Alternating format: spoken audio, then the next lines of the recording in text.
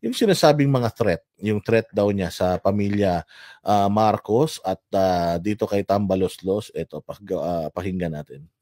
Are making such threat to the President and the First Lady and the Speaker? No, ma'am. Buti na yung alam nila, ma'am, na pag namatay ako, hindi talaga ako, I will not die in vain.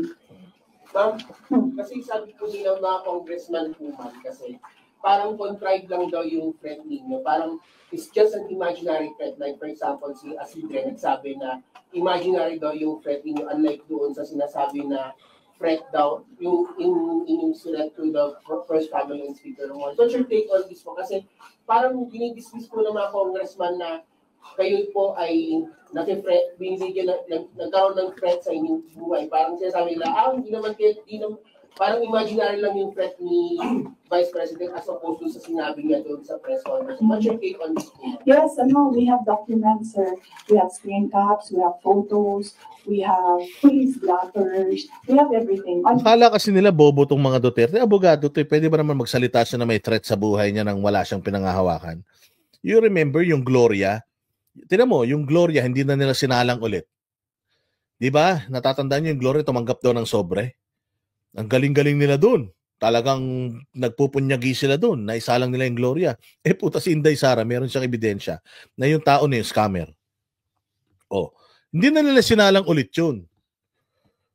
Yun ang problema nila. Kasi nga, hindi nagsisinungaling si Inday Sara. Hindi katulad nila ng mga sinungaling sila. Si Inday Sara hindi nagsisinungaling eh. Pag may sinabi si Inday, meron siyang ebidensya. Nung sinabi niya na may threat sa buhay niya, meron siyang ebidensya. Ngayon nga, kaya ngayon ang tanong. Kung may police blotter, may ebidensya si Inday, bakit tinatanggalan pa natin ng security? So, ibig sabihin, it's either nakikipag-conspire ang kapulisan natin doon sa mga gustong pumatay kay Inday Sara. Kasi nga may threat sa buhay niya, hindi siya iniimbestigahan. Yung threat sa buhay niya, hindi inasikaso.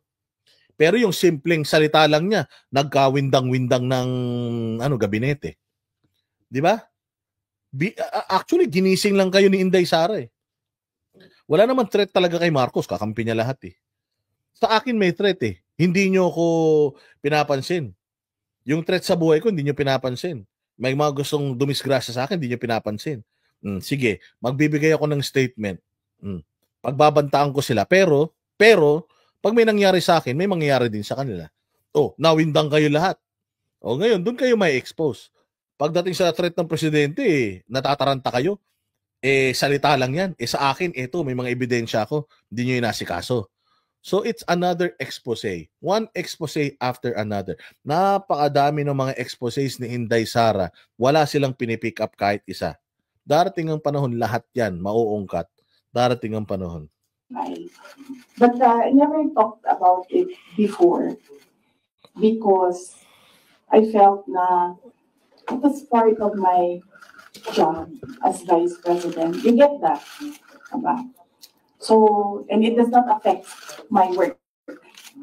So, all the more that it was inconsequential for me at the time. But right now, seeing that they are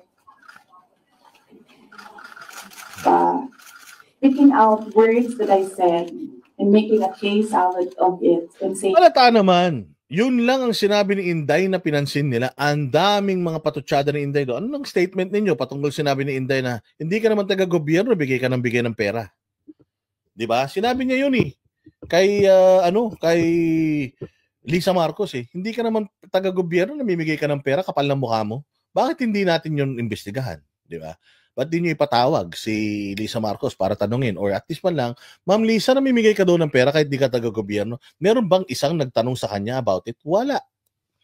Ano pa? Tungkol sa mga, kung ano-ano pang mga pinagsasabi niya doon, sa niya doon, statement niya.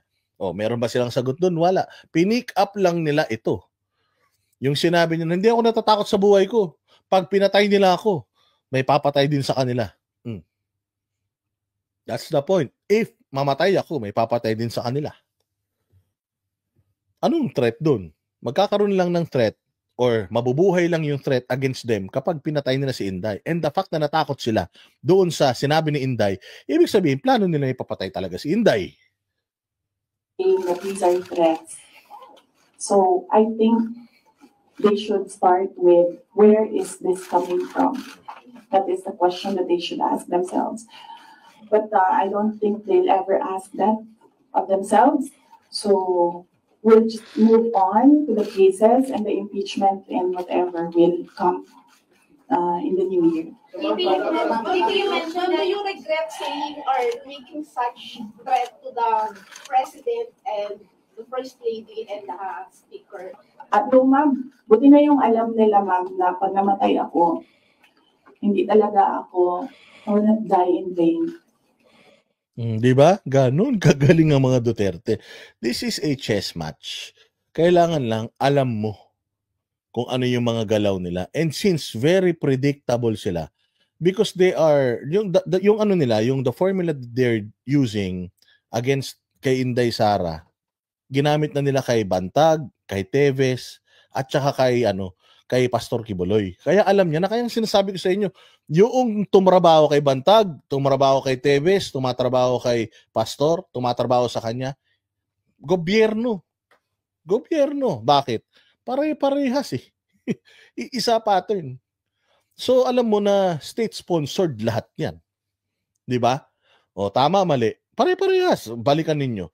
Balikan ninyong magmula mo kay Teves, hanggang kay Bantag, hanggang kay Pastor Kibuloy, hanggang kay Governor Mamba, hanggang kay Mayor Rama. Yan ang banatero, walang inuurungan.